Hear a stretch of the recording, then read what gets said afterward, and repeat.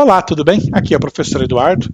Estamos aqui então para dar sequência no nosso curso de leitura e interpretação da Bíblia. Hoje na aula 2, vamos falar então do Evangelho de Marcos, do capítulo 1, do verso 5 ao verso 15, tá? Nós já falamos então na primeira aula da primeira parte do Evangelho, por que nós escolhemos o Evangelho, como que se faz a leitura, quais são os métodos, né? E qual vai ser a nossa abordagem. Se você perdeu, pode voltar lá e assistir o vídeo, que vai rapidinho, você consegue ter essa visão. Vamos então para a aula de hoje. Antes de eu entrar na aula, só lembro aqui, se você não é inscrito no canal, se inscreva, toca o sininho aqui que você ajuda o nosso trabalho, o nosso canal, para que possa então esse texto, essa história, essa interpretação aí do nosso canal ser divulgada para muito mais pessoas. Legal? Vamos lá então, deixa eu diminuir aqui. E aí a gente já continua. Então, dando sequência hoje, né? Nós começamos lá no verso 1 e paramos no verso 4, tá? Até o verso 4 você tem ali todo aquele contexto de João Batista, a mensagem do deserto. E estando João Batista no deserto, então saíam a ter com ele toda a província de Judéia e todos os habitantes de Jerusalém. Aqui é uma poesia hebraica. Toda a província de Judéia e todos os habitantes de Jerusalém, que era para falar que muitos dentre os judeus iam lá. Sempre tome cuidado com a expressão todos e todas, porque elas costumam ser figuras de linguagem, onde você usa o todo pela parte. Tá? Então ele só tem uma parte que ele vê ali, identifica, mas fala como se fossem todos. Também detalhe aqui importante que nesse paralelismo poético ele está trabalhando província de Judá, da Judéia, né, como paralelo de habitantes de Jerusalém. Okay? E confessando seus pecados, eram batizados por ele no Rio Jordão. Legal? Então, aí aqui a única coisa, assim, ele continua aquela crítica que faz ao templo, né?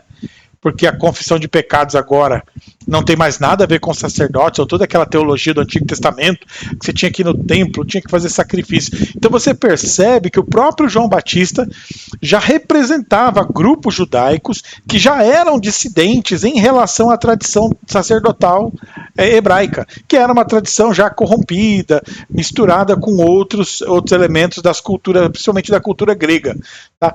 Fazendo com que eles perdessem aquilo que esse grupo entendia ser essencial. Aí eu falei para vocês também no último encontro que representava um grupo extremamente radical. Você percebe isso não só pela mensagem de confissão dos pecados, mas, por exemplo, por serem batizados no Rio Jordão, batismo no Rio Jordão, e não no templo, né? Então era outra crítica. E aqui no verso 6 ele continua: as vestes de João eram feitas de pelo de camelo, enquanto a do sacerdote era de linho fino. Entendeu? Ele trazia no cinto de couro e se alimentava de gafanhotos e mel. Então isso aqui é para mostrar que João Batista era de uma comunidade do campo, do deserto, que tinha uma compreensão puritana radical e que optou por um estilo de vida que não se contaminasse com as perversões aí, culturais da dominação do Império Grego e também do Império Romano, no caso dos dias de João. Então, quando ele fala que as vestes eram feitas de pelo de camelo, cinto de couro, alimentava-se de gafanhoto e mel, era uma referência ao essencialismo purista. Eram muito puros, né? Eles tinham aquela noção de purificação alimentar e era levada ao extremo, até o tipo de roupa, o local onde eles morariam, o tipo de alimento, né? Não tem nenhum alimento processado, só aquilo que Deus dá. Então era um grupo assim. Perdão. E pregava dizendo: após mim, vem aquele que é mais poderoso do que eu, do qual não sou digno de, curvando-me, desatar-lhe as correias das sandálias.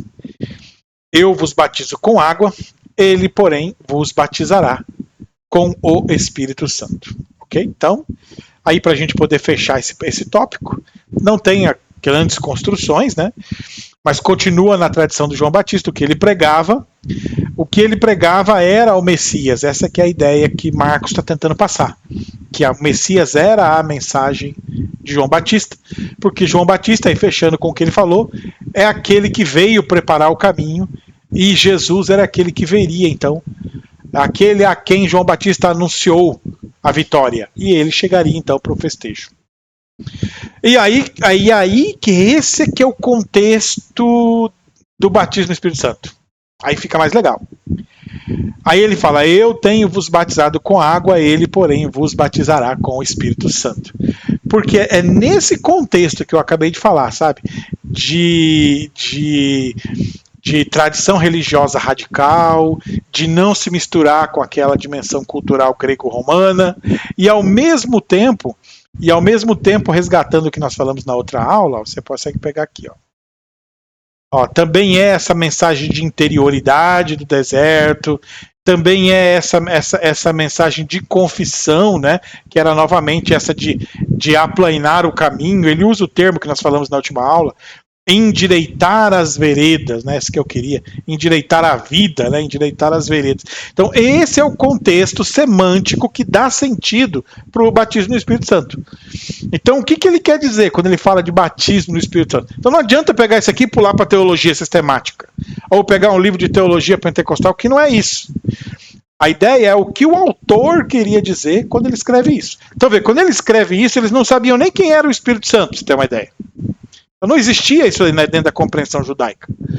O Hagios Pneuma, né, o Espírito Santo, é uma ação do Espírito de Deus. Eles não entendiam como uma pessoa, não era uma coisa clara. Só depois que a igreja vai desenvolver isso e definir uma pessoa. Mas nesse momento aqui, eles ainda não tinham isso definido. Olhando então o nosso texto aqui, o que ele quer dizer? Com eu vos tenho batizado com água, ele porém vos batizará com o Espírito Santo.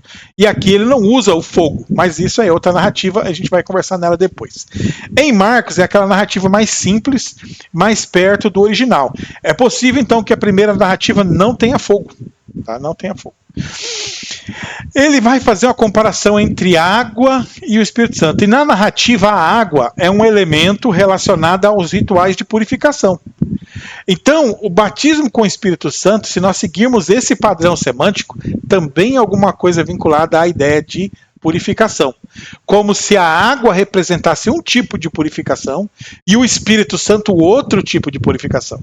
E se nós formos olhar aqui o contexto semântico, ainda tem mais. A água, dentro do judaísmo, ela tem aquele sentido do batismo para uma purificação exterior. E aí, dentro do nosso contexto semântico, ele vem falando de algo interno. Endireitar as veredas, confessar seus pecados. Ele vem trabalhando uma dimensão ética, individual, pessoal. Então, esse batismo com o Espírito Santo seria esse tratamento interior dessa dimensão ética. Tá? Seria esse algo mais. Ficaria muito mais. Claro, eu estou usando o contexto semântico.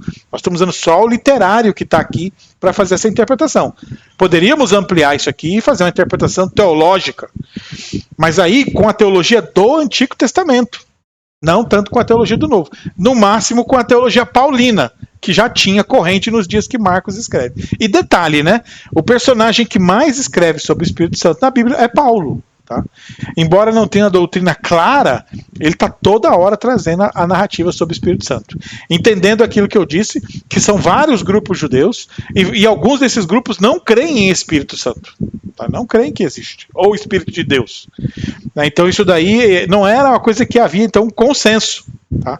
Eu vos batizo com água, ele, porém, vos batizará com o Espírito Santo, dentro do contexto tem a ver com a tradição de purificação e de perdão, que pode, perdão, a partir do comparativo que ele usa aqui no meio, ele, porém, ele dá uma ideia de intensidade, como se isso que Jesus fosse fazer fosse algo muito mais intenso. É como se esse batismo no Espírito Santo fosse esse algo mais intenso. E aí, assim, claro, se a gente pensar na tradição judaica, havia a profecia de Joel, né?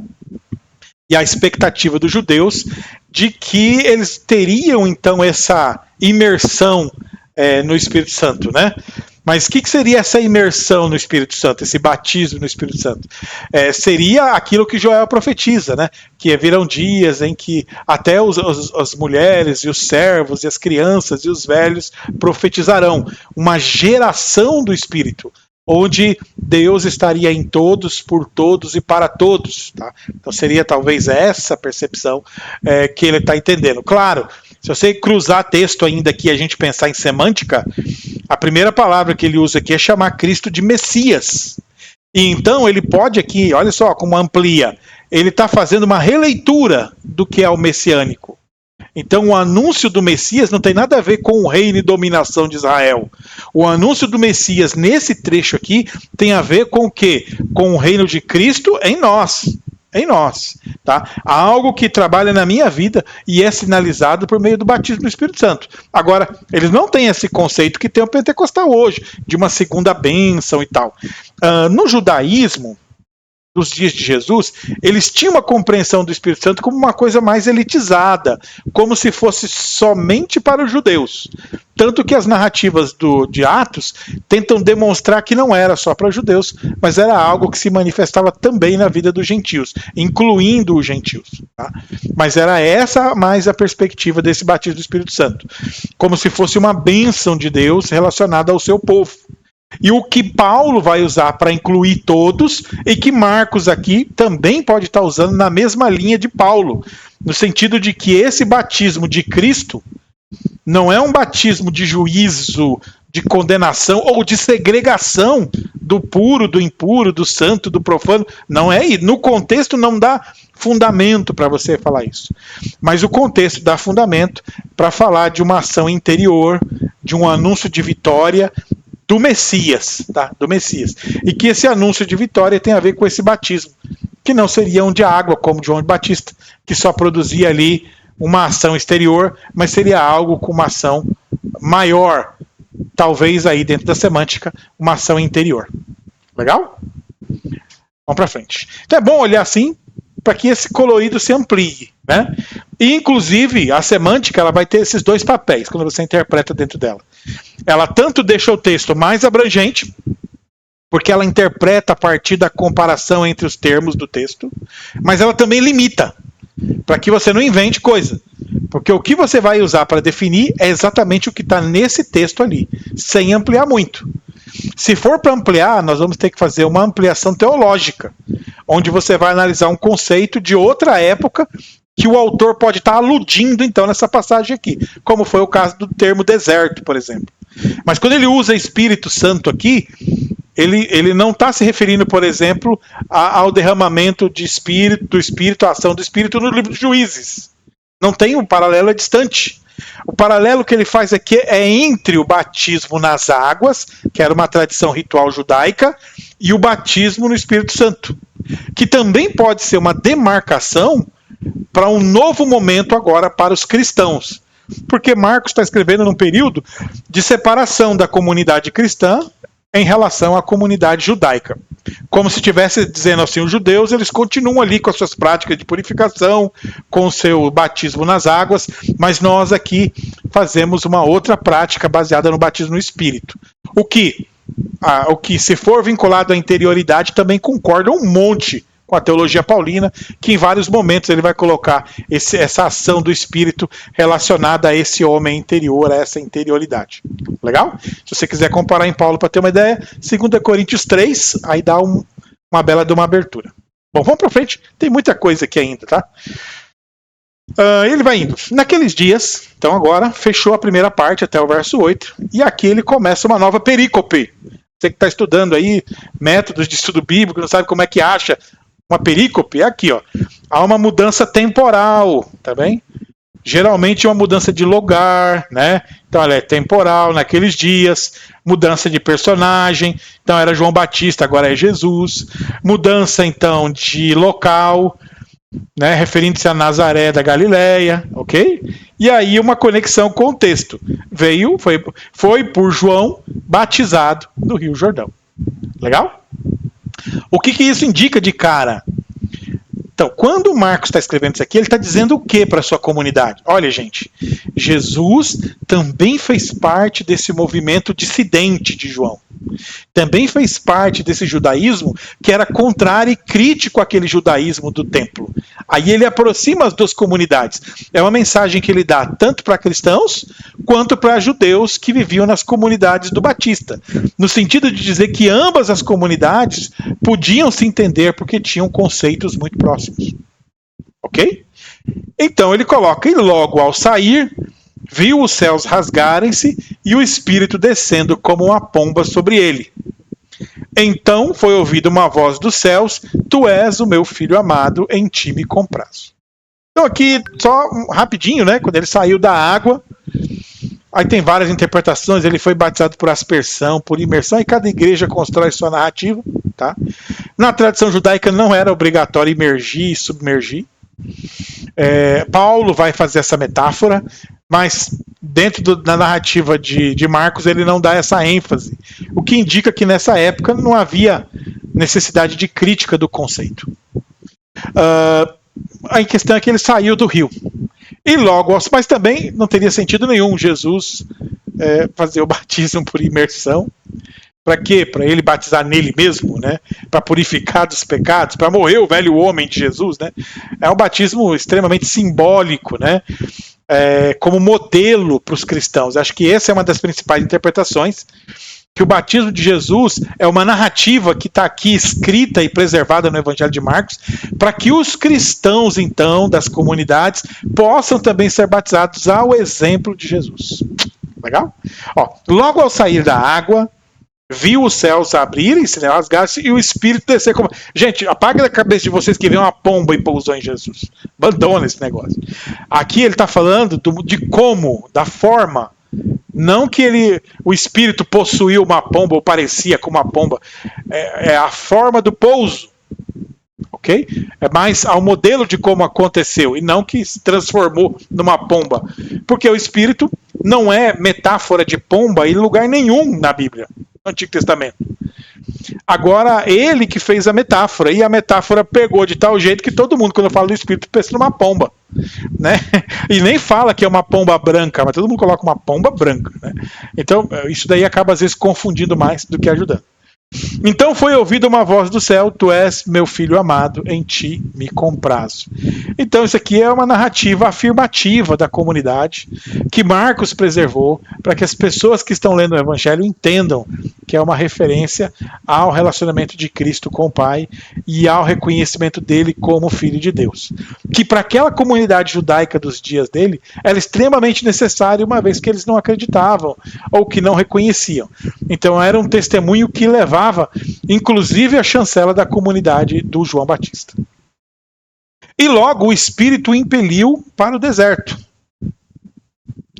onde permaneceu 40 dias, sendo tentado por Satanás. Estava com as feras, mas os anjos o serviram. Ok? Então vamos lá, para a gente terminar aqui. E o Espírito o impeliu para o deserto. Então é interessante, né? Tem outras versões que Satanás, né? Não, Satanás não levou ninguém para lugar nenhum. Isso aqui é interessante estar em Marcos a propósito, né? Porque faz parte da tradição. O que Marcos faz é um pouco do que está em Lucas, que é coletar testemunhos do que aconteceu. E uma das coisas é que a comunidade interpretou Jesus como se fosse Moisés. Uma aproximação com Moisés. Para que isso? Para que os judeus, então, que tinham Moisés em altíssima conta, pudessem agora ver Jesus em altíssima conta. Então, várias coisas que acontecem com Moisés, no Evangelho, são colocadas como acontecendo com Jesus. Para mostrar, então, para os judeus, que era a ideia, o papel de Jesus e a centralidade de Jesus. Então aqui, o Espírito levou para o deserto. Então você tem o Moisés no deserto. Permaneceu 40 dias. Então Moisés também teve lá os 40 dias. Sendo tentado por Satanás. Tá? Estava com as feras, mas os anjos o serviram. Isso é uma outra tradição. A tradição é a seguinte, que o deserto é um local de espíritos malignos, de feras e de demônios. Então se ele esteve lá, ele foi tentado. Estava com as feras e os anjos o serviram. Então ele fecha aqui o texto, né? Ele coloca o Satanás, mas o Satanás não tem... Gente, importante isso aqui quando a gente lê na Bíblia. Tem gente que cria tanta teologia do Satanás, exalta o Satanás demais. Satanás é um coadjuvante de terceira. Ele não tem papel nenhum nos evangelhos. Aí você assiste aquele filme do Mel Gibson, parece que o Satanás tem um papel mais importante que Jesus. Ele aparece mais que Jesus na narrativa, Não, na narrativa o Satanás não tem papel. Ele aparece de vez em quando aí e jogado de escanteio como se não tivesse valor nenhum. Essa era a forma que a comunidade o via. Hoje a comunidade cristã tende a ver Satanás com muito mais importância, o que acaba cegando às vezes para aquilo que é importante, que é justamente o papel de Jesus. Tá? Essa narrativa que ele estava com as feras e os anjos o serviram faz parte também da memória comunitária que esperava aí no cuidado de Deus. 1,14. Depois de João ter sido preso, então nós estamos numa narrativa bem introdutória, com vários testemunhos que foram coletados. Ainda não entramos no ministério de Jesus direto. Depois de João ter sido preso, foi Jesus para Galiléia pregando o evangelho de Deus. Jesus está em Nazaré e foi para Galiléia, coisa rápida ali, tá? Vai andando, né? Caminhando, que não é longe, tá? Dá para fazer aí andando em uma tarde, tá? Não é muita coisa. E ele foi ali pertinho de um lugar para Galiléia pregando o evangelho de Deus, que é o evangelho de Deus. Ele já tem aqui, Marcos, isso forte, né? Que é esse anúncio da boa nova. E o próprio Jesus agora que aparece como esse que anuncia. Isso é importantíssimo em Marcos, porque Marcos está escrevendo o seu texto como se fosse um modelo de discipulado, para que as pessoas que leiam entendam o que é para fazer. O que é para fazer? Então ele começa a ler o evangelho de Marcos. Primeira coisa, batismo. Segunda coisa, passar pela dificuldade, que são as tentações, logo após o batismo. Terceira coisa, vai evangelizar. Então esse era o roteiro inicial aí de quem entrava na fé cristã. Depois de João ter sido preso, Jesus foi para a Galiléia pregando o evangelho de Deus. Né? A Galiléia ela vai aparecer lá no Antigo Testamento, também em Isaías, como o objetivo do evangelho aos gentios. E aqui então Marcos já se coloca do lado de Paulo, gente, ó. Entendeu? Fala assim, ele está do lado de Pedro. Ele é discípulo de Pedro. Sinceramente, para mim, Marcos está do lado de Paulo. Pedro, logo de cara, fica com o evangelho para os judeus. E já Marcos, não. Marcos já se identifica com o evangelho para os gentios.